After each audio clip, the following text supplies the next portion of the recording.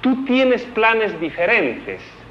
Tú estás preparando, tú crees en una insurrección, en un levantamiento de carácter nacional, sin fecha, sin tiempo fijo, esperando la agudización o la presentación de algunas contradicciones.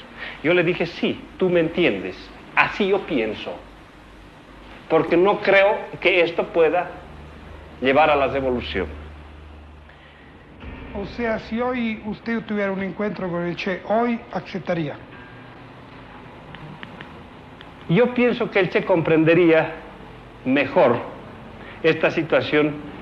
Yo creo que más que yo comprender la táctica del Che, yo creo que él comprendería el criterio que yo le exponía el año 1967.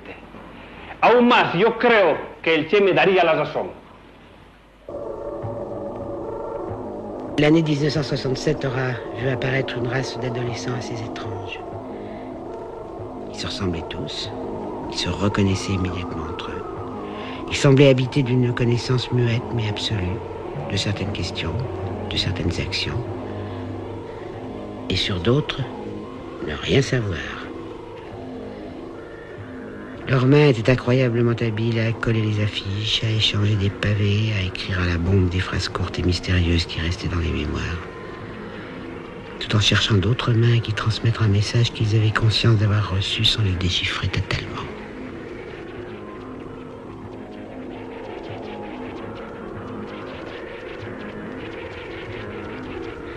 Ces mains fragiles nous ont laissé le signe de leur fragilité.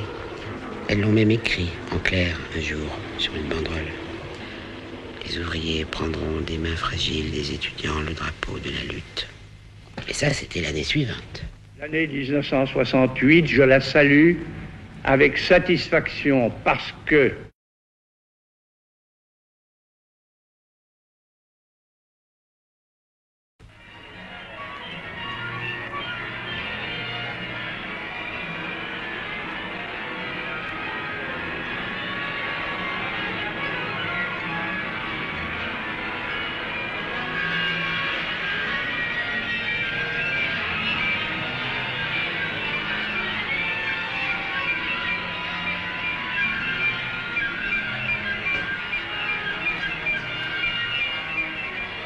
Moi, ça m'est arrivé en mai 68, boulevard Saint-Michel. Ben moi, ça m'est arrivé à Prague, en l'été 68. Quand j'ai vu les rushs, j'ai vu le tremblement. J'avais maîtrisé mes mains, mais la caméra avait tout capté.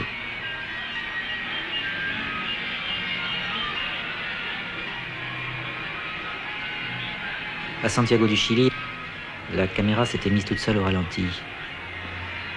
Peut-être simplement l'émotion de voir utiliser à contresens ces arroseuses que j'avais vu tant de fois utiliser contre des manifestants de gauche en d'autres occasions à Berlin, à Louvain et aux États-Unis.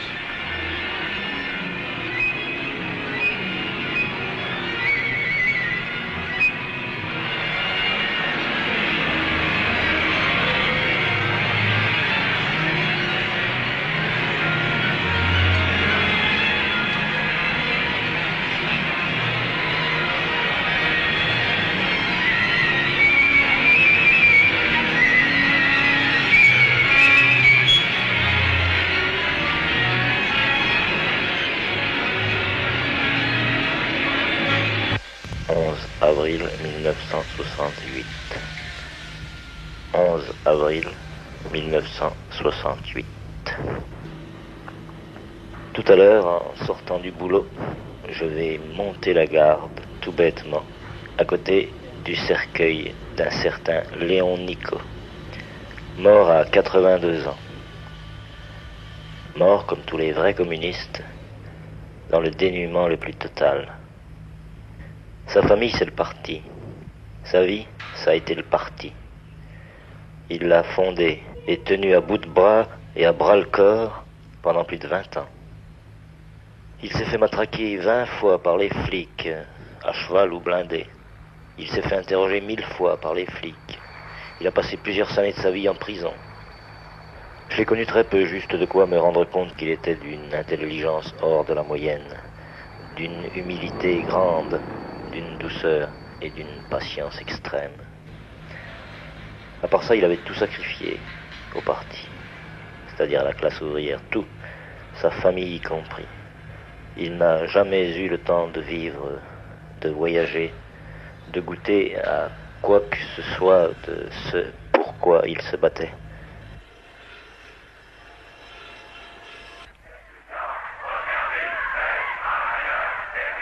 Le 1er mai 68, l'extrême gauche tente de s'intégrer au cortège de gens sérieux. Ça lui réussit pas. Alors comment on peut faire l'anticommunisme? Eh bien l'anticommunisme, il prend une forme de gauche. Ce sont les gauchistes, les aventuristes, les trotskistes, anarchistes et autres qui s'échappent dans la classe ouvrière de répandre l'anticommunisme. Et en faisant cela, ils font un jeu de diviseurs et ils rendent un service signalé au pouvoir. Car personne à l'heure actuelle ne pourrait le faire à leur place.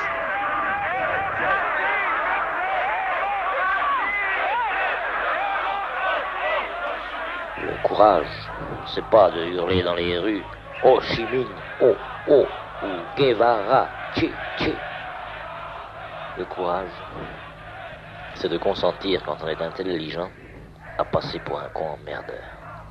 Et si j'ai ce faux courage d'aller me faire flinguer demain dans un maquis révolutionnaire au nom de la révolution, je n'ai jamais eu ce vrai courage quotidien qui consiste à sacrifier complètement sa personnalité et sa personne pour être efficace. Alors voilà, je t'ai écrit. C'est pas vrai d'ailleurs, j'ai écrit autant à moi qu'à toi en ce moment et probablement plus encore à 20 autres. Qu'est-ce qu'il faut te dire de plus? Qu'entre le côté château et le côté jardin, il y a la dictature du prolétariat. La classe ouvrière n'est ni belle, ni bonne, ni romantique. Elle est brutale. La classe ouvrière a raison.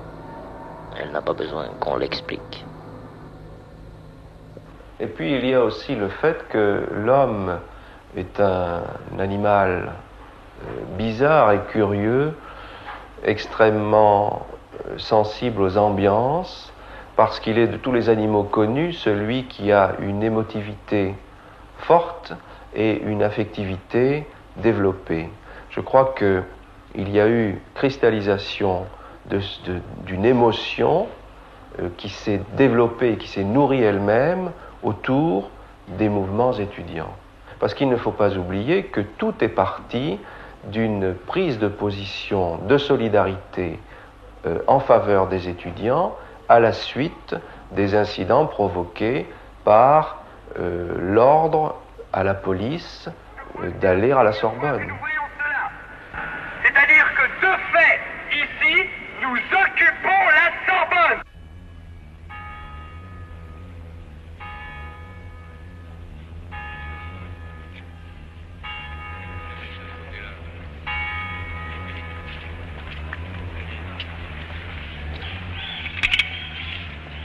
Ça n'était pas tellement étonnant.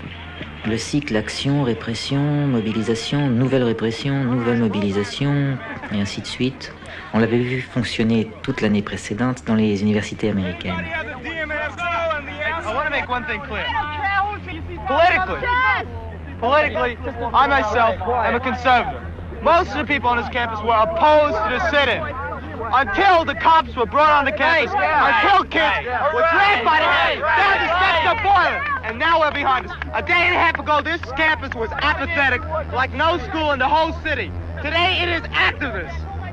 The administration has tried to suppress a small group of protesters. Instead, they've created a whole campus of protesters.